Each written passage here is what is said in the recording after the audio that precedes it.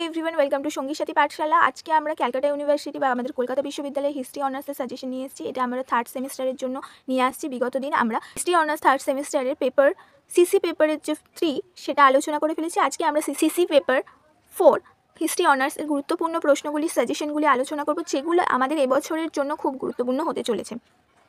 প্রথমেই রয়েছে আমাদের 20 নম্বর অথবা 20 মার্কসের জন্য গুরুত্বপূর্ণ প্রশ্নগুলি। 1 নম্বর প্রশ্ন, তুমি কি মনে করো মঙ্গল সংস্কৃতি বিশ্ব সভ্যতাতে সমৃদ্ধ করেছিল বা বিশ্ব সভ্যতাকে সমৃদ্ধ করেছিল? 2, প্রাক ইসলামিক যুগে আরবদের রাজনৈতিক অবস্থা সম্পর্কে আলোচনা করো। 3, খালিফাদের আমলে ইসলামের সঙ্গে ইহুদি ও খ্রিস্টানদের সম্পর্ক আলোচনা করো। হচ্ছে ক্রুসেড কি, ক্রুসেডের পটভূমি আলোচনা করো। রোমান সাম্রাজ্যের পতনের কারণগুলি ব্যাখ্যা করো। 6, ইউরোপের সামন্ততন্ত্রের মূল বৈশিষ্ট্যগুলি কী কী ছিল উল্লেখ করো।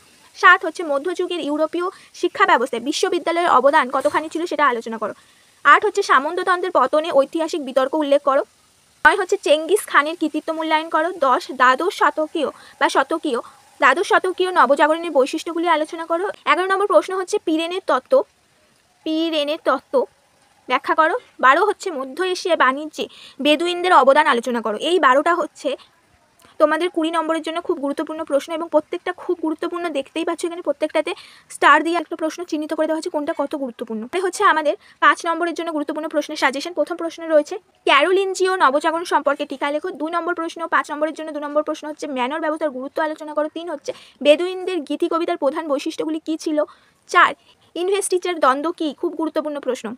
5 হচ্ছে মধ্য এশিয়ার বাণিজ্যে সিল্ক রুটের গুরুত্ব কতখানি। 6, অটোমান তুর্কি সাম্রাজ্যের পতনের কারণ বিশ্লেষণ করো। 6 নম্বর প্রশ্ন হচ্ছে অটোমান তুর্কি সাম্রাজ্যের পতনের কারণ বিশ্লেষণ করো। 7 হচ্ছে পাক ইসলামিক যুগে বেদুইন সমাজে নারীর অবস্থান আলোচনা করো। 8, বেদুইনদের সমাজ জীবনের উপর টিকা লেখো। 9 হচ্ছে বেদুইনদের জীবনযাত্রায় প্রধান ধর্ম ছিল গোত্র আনুগত্য, বিষয়টি ব্যাখ্যা করো। খুব গুরুত্বপূর্ণ প্রশ্নগুলো কিন্তু। 10 হচ্ছে কুবলাই খানের রাজত্বকালকে কি মঙ্গল শাসন ব্যবস্থার স্বর্ণযুগ বলা যায়। 11 হচ্ছে ইসলামিক বিশ্বে উন্মাহারের গুরুত্ব লেখো। 12 হচ্ছে হজরত মোহাম্মদ এর আমলে ইসলামের সঙ্গে ইহুদিদের সম্পর্ক কী ছিল উল্লেখ করো। এই 12টা হচ্ছে আমাদের 5 নম্বরের জন্য খুব গুরুত্বপূর্ণ। ভালো করে পড়বে, যদি এখান থেকে কিছু প্রশ্ন 20 নম্বরও দিয়ে দেয় তাহলে যেন তোমরা লিখতে পারো। আশা করে দেবে না, এখানে যে কটা 5 নম্বরের প্রশ্ন আছে 5 নম্বরের জন্যই দেবে, কিন্তু তবুও বলে রাখছি। এই হচ্ছে 12টা প্রশ্ন 5 নম্বরের জন্য, 12টা প্রশ্ন আমাদের 20 নম্বরের জন্য।